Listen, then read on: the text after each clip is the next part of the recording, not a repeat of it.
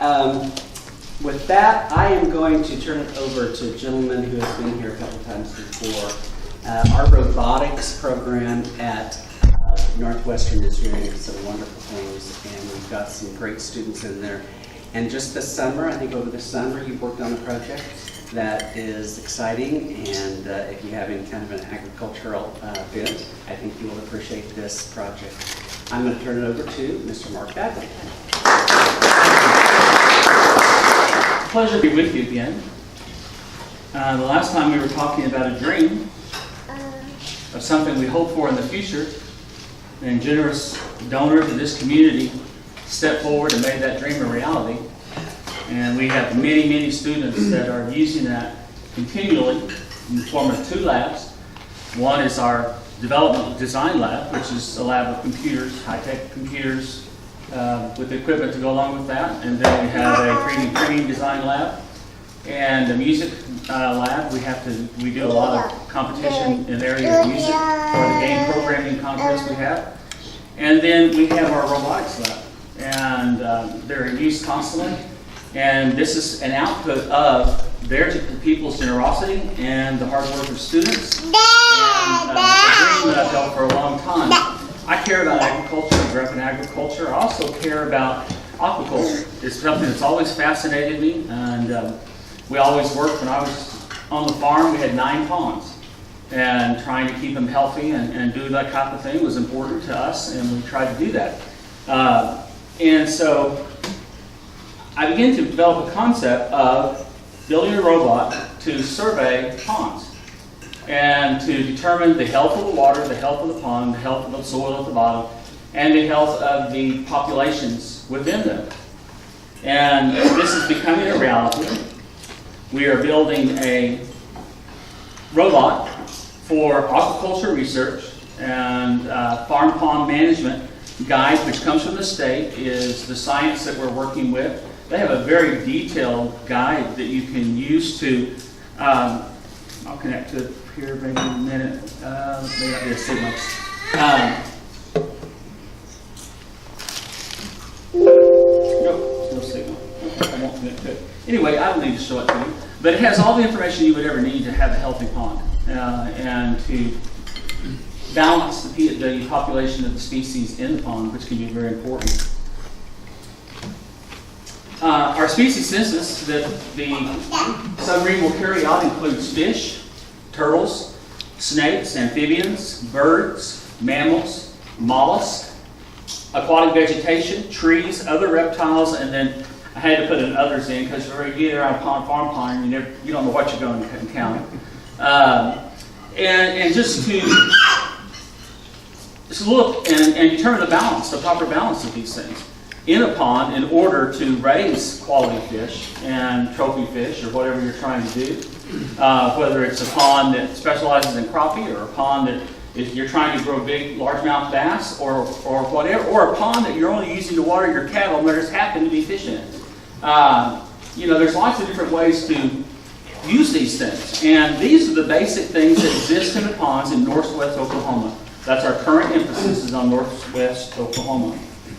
Now, how are we going to do this? Well, we're going to do underwater observation and data gathering with let me back up here.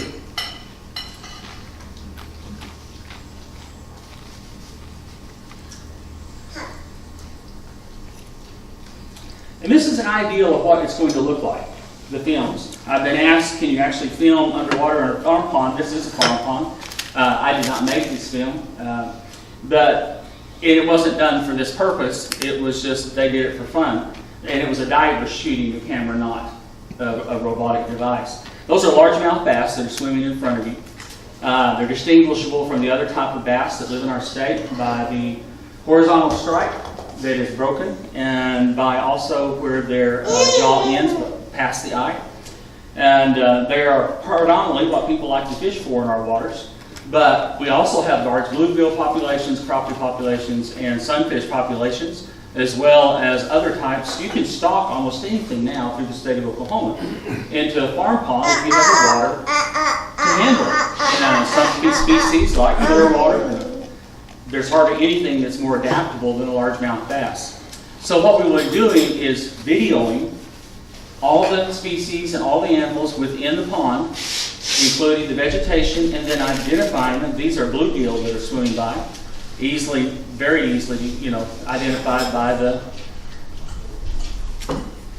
gill, which is rarely blue, by the way, but nevertheless in perfectly clear water, which doesn't exist very often. We're also going to be looking at above water and the waterside banks observation, taking photos documenting the species of plant life that grow. Some species of plant life are very desirable for water, and some species of plant life will destroy your pond. And so we're looking for healthy ponds, and therefore we're looking for the plant life that will make that happen. Some of it is very detrimental to the life of the fish and the animals in the pond because it removes oxygen. Other things bring other pollutants into the pond, or they'll erode the banks. And so we'll be looking at all those types of things to give you, the farmer, a survey telling you exactly kind of what we're looking at and how to have that healthy pond fixed.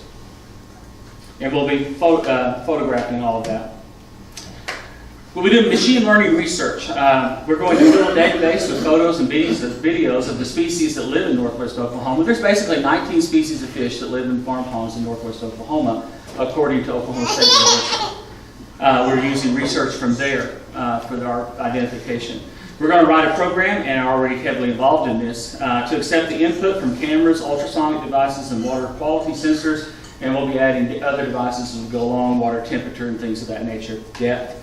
We'll compare the input to the database contents and determine if a match exists. If a match exists, increase the census number for the species by the observed number. Compare the machine observations to human observations and adjust the algorithms till the error rate is acceptable. Then we'll fine-tune the observation devices and programs to work better together, and our target date for completing that is April 2019. And we are well into the machine language programming part of that, and I'm doing that part of it. Artificial intelligence research. We're going to be using the machine learning program once it's finished. The next logical step is to advance it to an AI type program. Now you have to understand, and I'll say this forever, AI does not exist in the world. Artificial intelligence does not exist. And what we have are very large knowledge bases and computers that can take something and put together information in a very large knowledge base and come to conclusions that are going to have an error rate. And the error rate might be it might be 0.25%, or it might be 95%. And it depends on what's acceptable for that situation.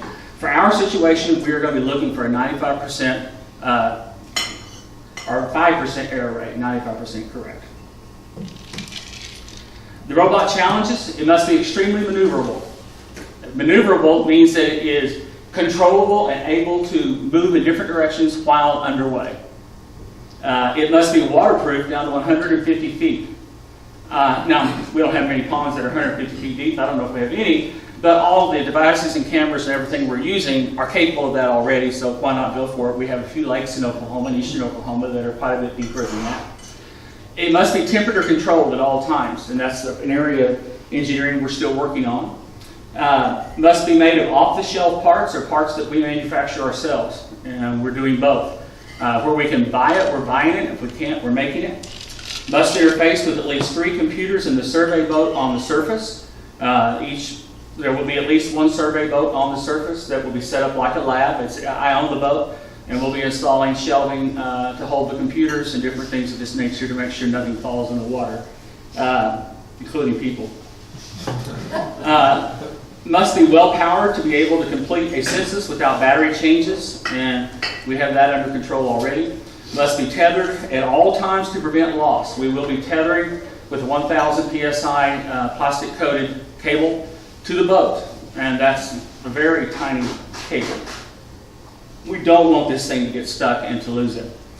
Must provide various types of light and use the lighting that best fits the environment. We'll be using dive lights. White dive, we'll be using infrared, and we'll be using ultraviolet. And sometimes a combination of the 3 will clarify the water and you get a better picture. And it must be tough, and I do mean tough. Because you just never know. You get on top of a largemouth bass, female laying her eggs, and they'll attack anything. And I'm hoping to get 1 shot of one of them trying to swallow it. You know how egotistical they are. They think they can swallow everything. I would love to get 1 shot right down the throat of one trying to swallow it. I think that would be cool. I wanted to let you look at the lab. I realize you're making this thing. Is there, could you go buy that off the shelf someplace? There are a lot of schools that are making them experimentally. You can buy it off the shelf, but it doesn't have the software that we're working with, and it just doesn't meet all the criteria. I've searched, and they range from $2,000 to $150,000. The $150,000 one is built to do aquatic surveys in the ocean, but that's quite a bit of money to look at a farm pond. And we will have roughly $600 in electronic parts and then the plastics that surround it in this when we're finished. Once we know how to build them and we're no longer experimenting with parts, that price will go down. But we can build these things. But once we really have it finished, our first prototype is ready to do the final assembly on, then we'll go immediately to the second prototype. First prototype has to survive the university pool without leaking water. The second prototype has to survive the community pond, and we will do a survey there. If we can get permission to put a boat on that, and I think we can. And then we will go for the third one, which will be finished hopefully the first of the year, or right after the first of the year, will be the first one that we take out to clients, to other people's homes. These are some lab shots to give you an idea of the type of environment we have to work in. Some people from the Oklahoma State Department of Education came in and they had on a tour of all the state's universities. And they came in and went through all of this, and you can see it's a busy lab. There's projects underway all over it. We have all kinds of equipment, large and small. And this was their comment. They said, well, your world's ahead of anything else we've seen on this trip. And, that was kind of a thrill. That was real exciting to hear that. And, of course, they were not including OSU, who works with robotics extensively for NASA. They were not including some of the OSU, oil exploration robotics that they work in. But it was the regional universities and all the other universities beyond the two research universities. Now these are some of the parts of the robot. This is one of 4 powertrains. You can see the square, the blue square is the computer motherboard that will fit in it. It's size of a credit card. And then we have high-powered battery. And then that is an underwater motor capable of running smoothly from 30 RPM to 30,000 RPM.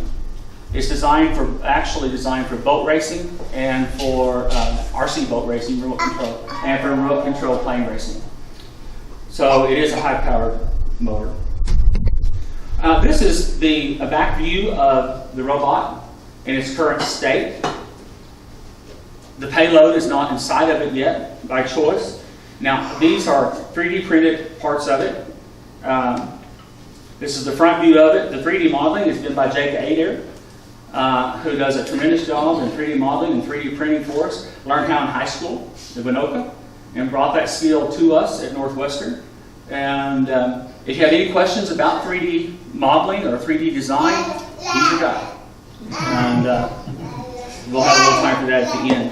The programming part of it is being performed by 2 students, Joseph Ortiz, Jake Ador, and then I'm doing a lot of it as well. The payload, I have designed the payload, the logistics of it, finding all the parts and bringing them in has been an unholy nightmare, but we've almost got it finished. Some stuff's hard to find, and some stuff you just have to give up and make. And then database construction and the programming for all the machine learning and AI is mine. This is one of the cameras we'll be using. I'm shooting just a little bit here. This is a pre-made dive camera.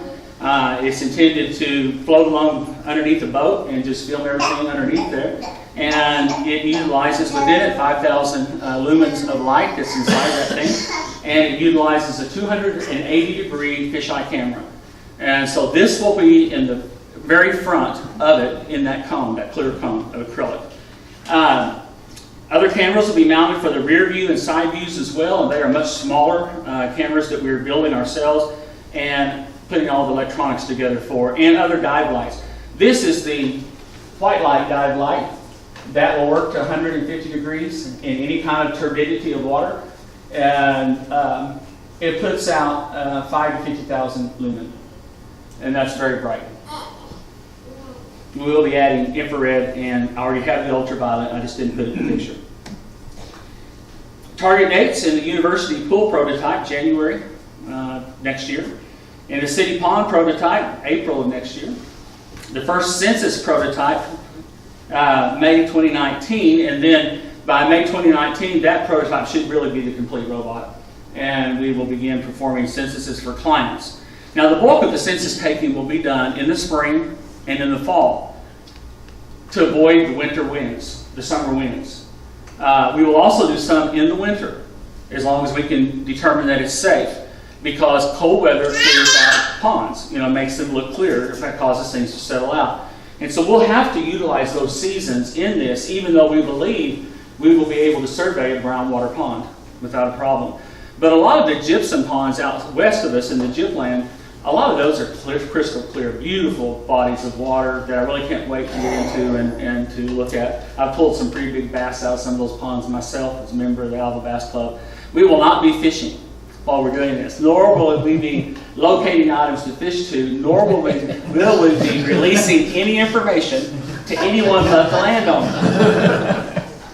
Anyone but the landowner. We will be using ultrasonics to come up with estimates of the weight and the size of the fish, and we'll use observation to determine the overall health of the fish. There's a lot of things you can tell about fish by their skin tone, their skin color, the scales, about whether or not there are lesions on the side of the body, and things of that nature. And so observing fish in their natural habitat will give us a very good idea of how healthy they are, or if you have a parasite problem, or too much vegetation, not enough vegetation, not enough feed, stock, etc., and so forth.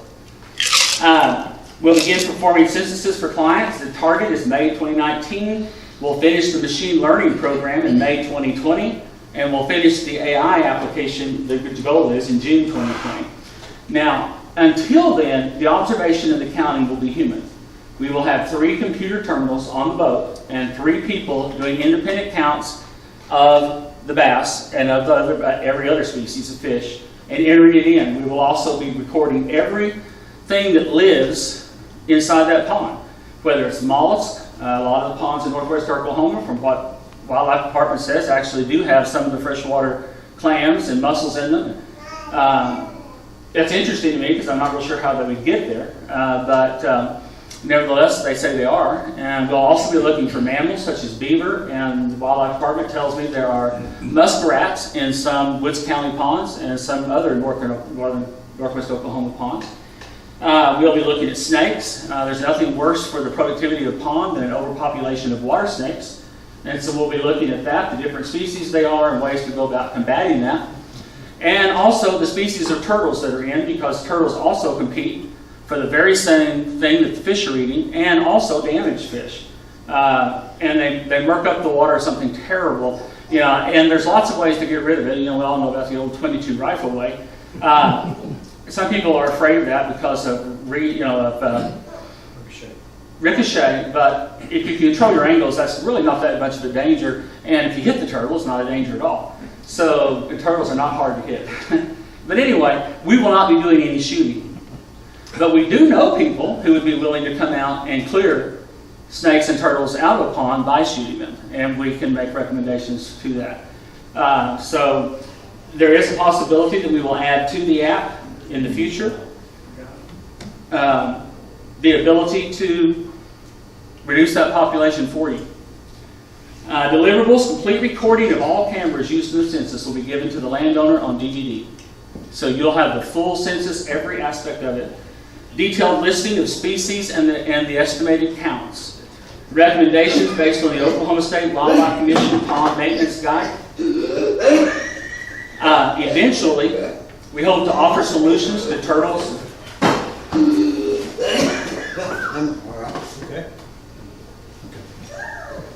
To turtle and snake overpopulations and bank destruction caused by mammals or other terrestrial species. Terrapins can cause bank damage. There's a lot of things that can. Armadillos can. 3 years out, offer the results of water quality and pond soil tests as well as recommendations. We are going to be installing an external arm, sample taking on the outside of the device at some point to be able to take soil samples from the bottom of the pond. And that can tell you the future of your pond. Other things such as two-headed frogs are a very strong indication of excess nitrates and nitrites in the water. There's just some open things that are very obvious to see, but you won't see them unless you're looking for them, that we'll be notifying the farmer of. Now, none of that affects the quality of the fish, unless we would find, well, it's unlikely that we would find anything that would be poisoned to the meat of the fish. But it can affect the health of the overall aquaculture pond. And you can solve those problems. There's lots of ways to fix that. So that's where we're headed. And we are now at a point of being ready to begin the final construction of all the different parts of prototype number 1 and getting it into the pool. It'll be kept in the pool overnight, running for many hours. Inside this robot, there will be 2 water sensors. There will be humidity sensors. There will be a cooling system.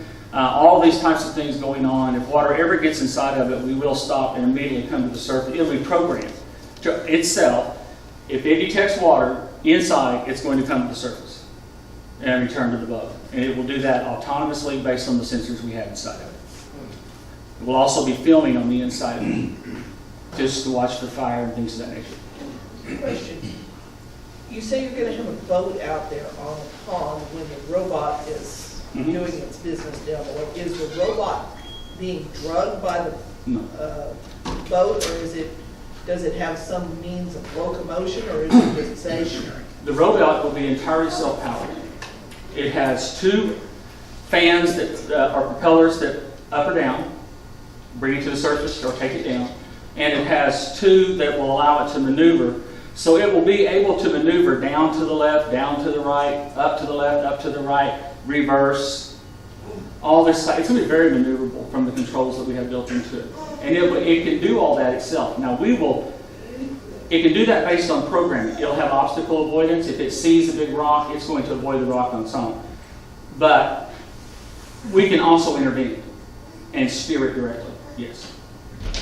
Noting that any external forces that you enter into a natural environment will change that environment, how will the addition of lights and the different types of lights affect your senses? It will have an effect, and that's something we're going to have to learn. We'll be using ultraviolet light as a fish attractor. That should overcome their fear of it. And fish are some of the most curious animals in the world. And so they will very rapidly, just because of their own curiosity, especially bass and blue krill and sunfish, catfish not so much, they will very rapidly develop a curiosity that will overcome their fear of it. So and plus, it's going to be curiosity, would that cause you to overcount?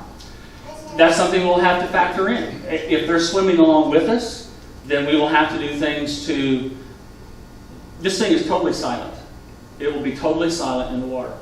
And we will do things to add noise and other things to try to distract them away from it. So yes, we know we have to see if we're attracting a whole crowd of fish swimming around the pool. It'll be fun to watch, but it's not going to be very productive for census purposes. And so yes, all of those types of things, we have deterrents that we can work with to prevent that from happening, but we're going to have to deal with it. Yes. Mark, you talked about getting this ready for the landowner and the client. So how is this monetized? What's the charge? Or is there? And what's the? Or anyone? Or we don't know. I'm not going to say we're at that point. My initial hope was to do it not free, but for a donation to the Computer Science Foundation accounts. And I've had some people say, well, maybe you ought to have fixed costs. I don't want to price it out of where anybody would be able to access it, not while we're in the learning mode. We don't have a perfected product, and so I don't want to price it It's out. not that you're patenting something yet or trying to get something that's There will be eventually patents filed, but we are nowhere near that point as of yet. Is there any preference to Erickson Pond's Erickson Pond versus Staples. That's quite a question. Yes, as a matter of fact. Next door neighbor. There'll be a preference to who calls and who asks and who shows interest. We'll have one to start with. I eventually see us having up to 5 teams that'll be able to go out and do these census. So what's in a team? How many students would be involved in that? 3. 3 students. 3 students, or myself and 2 other students, or if other adults get involved in it. But 3 people would be necessary. So with this, I'm going to assume this is all going to be worked into a curriculum, maybe these students going out as part of a lab experiment. That's the different plan. classes. That is the plan. That's down the road, yes. Physically, maybe you already said, physically, how big is this item? It is 12 inches wide, 12 inches long, and roughly 24 inches wide and 10 inches deep. It will grow.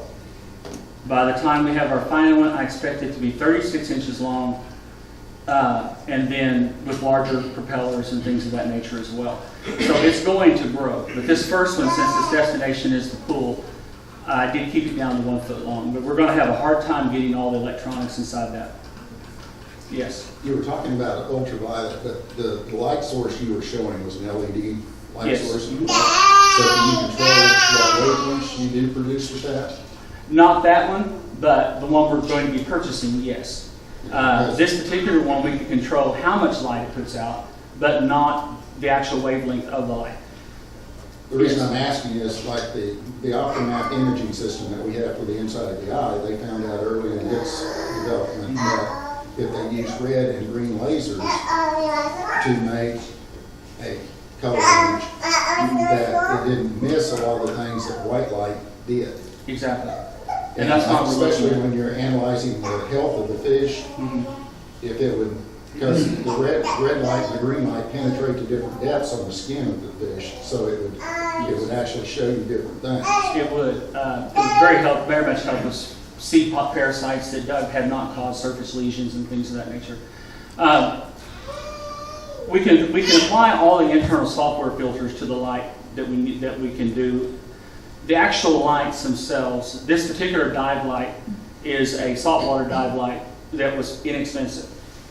The infrared dive light, it will also be, they're about $50 a piece. They're fairly inexpensive. A dive light, and this is what I would love to have. I would love to have an LED dive light where we can control the spectrum. And that's going to cost us $200, $300. And so I probably won't even try to justify that until the final product. Because we're trying to spend out as we have budget. In the generosity of the people who donated, funds were set up at the school that we received the interest from to spend. And then other people make donations. It's a continual spending, pacing it out over time so we don't run out of money. But it is an expensive undertaking, robotics is. I wish you could see the looks on the faces of the students, though, as they're in the room. Just absolutely with that almost childlike look on their face. As their first assignment in Roblox was to build a trash bot. I put up a whole table full of things, and they had to build first a wagon that was ran by human power, pushed or pulled. Then they had to modify it to be ran by just a battery and a little motor. And then they had to modify it to have a motherboard, to have programming, to become an autonomous device. And they had to make it move and do all these types of things on its own. And we're taking them up through centuries, really, of technology. And the next one will be building a farm implement or a farm tractor or something of that nature. One young man who grew up on a farm down close to Altus told me he was going to build a brush hog, a self-powered brush hog was what he was going to build. Some will build tractors, some will build different things. They will all be programmed and will be autonomous and will be able to avoid obstacles and run in straight lines. You know how you want your tractors to go in straight lines when you're plowing. They'll have all that built into them, but they'll be made out of art sticks, soda pop cans, and things of that nature. And that, it's really a wonderful engineering exercise for them. And it cuts the cost. Buying metal parts for a robotics class, I'd be running $100 just for the metal for each one of these trash bots. We're using the trash bots. I've got $40 worth of electronics in it. And of course, we recover all of those. I mean, they take them apart and reuse everything. But it's just, it's trash. They bring it in. They have their mothers collect it and bring it in. And they are having a wonderful time, but they are learning about engineering. They are learning about sciences. They're learning about physics. They're learning about math. And they are learning about, in this project, wildlife. One of the first things that I did was obtain a freshwater fish bass family identicard, and finally an identicard for all of these. These are manufactured by a family, just a family, in Ohio, and they make these for all the different states and all the different areas of America, plus they make them for all the fish in America. And this one is, which is the southern portion of America, was just $24. And I bought it myself, I own it. It's fascinating, but a lot of our identity features that we're using in our database are coming right from these, and from the data from OSU, and the data from our state wildlife department. We're not just coming up with stuff on our own. We are using established, accepted information, and I need to sit down.